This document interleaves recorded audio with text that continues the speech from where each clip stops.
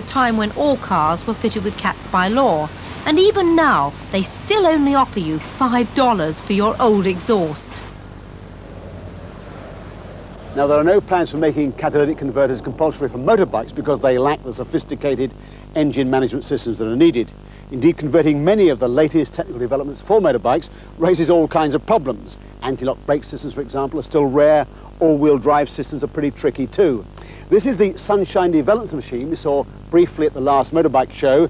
Not, of course, a road machine, but then the developments from competition may eventually filter down into conventional motorbikes.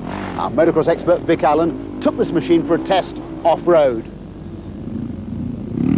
To give the two-wheel drive bike a realistic test, we took it to a tough training track on Clee Hill in Shropshire. I started by learning the course on my own British four-stroke PBH with a new single-arm rear suspension system. Heavy rain had left the muddy and rutted circuit in a very tricky condition. In fact, the good low-speed torque of the four-stroke was to prove quite an advantage. Trouble is, when you're riding the mud, the slower you go, the worse it is. You suddenly have to get a certain amount of speed on. It's very difficult just to hit that happy medium. Got to get power here. Very important to get up this. Must get the power on the bottom. Really, this is an advantage for four-stroke motocross bikes. This type going. This certainly suits them. It'll be a very nice comparison for when I try the two-wheel drive.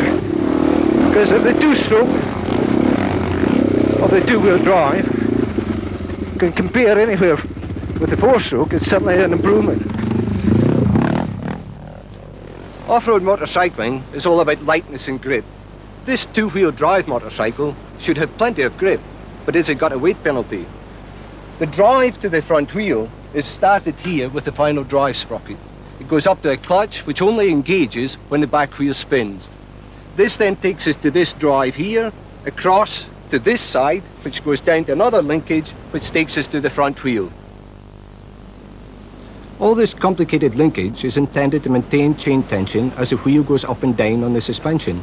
The French Senate brothers have adopted a different solution on their 2x2 Savart, using centre hub steering. The engineering is clever, but the whole thing's a lot more complicated and could suffer from a poorer lock, a big handicap off the road. And it was off the road that I tried out the 2x2 Sunshine Yamaha. It's a fourth prototype from David Watts and Tony Dennis, and the drive system now works very well. With the front wheel geared 5% slower than the rear, it would have been better suited to sand racing perhaps, but the Shropshire mud was a fair test of its effectiveness. This is where it's good. Somewhere we're going very, very slow. You don't have to give too much throttle, get a lot of grip.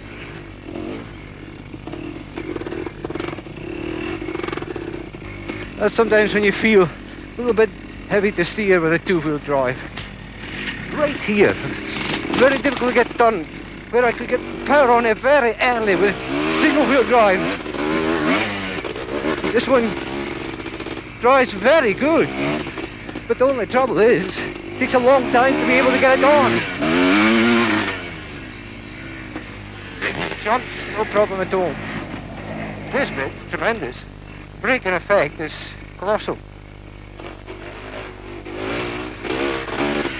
This particular bit seems to get too much grip. There's a grab the edge of ruts and want to drive itself out of it instead of just following it round. You can hear the motor, you can really make it pull, and that is certainly a benefit. Very good for enduro riding through trails, through trees where it's very slow and tricky. This would be superb. Well, it's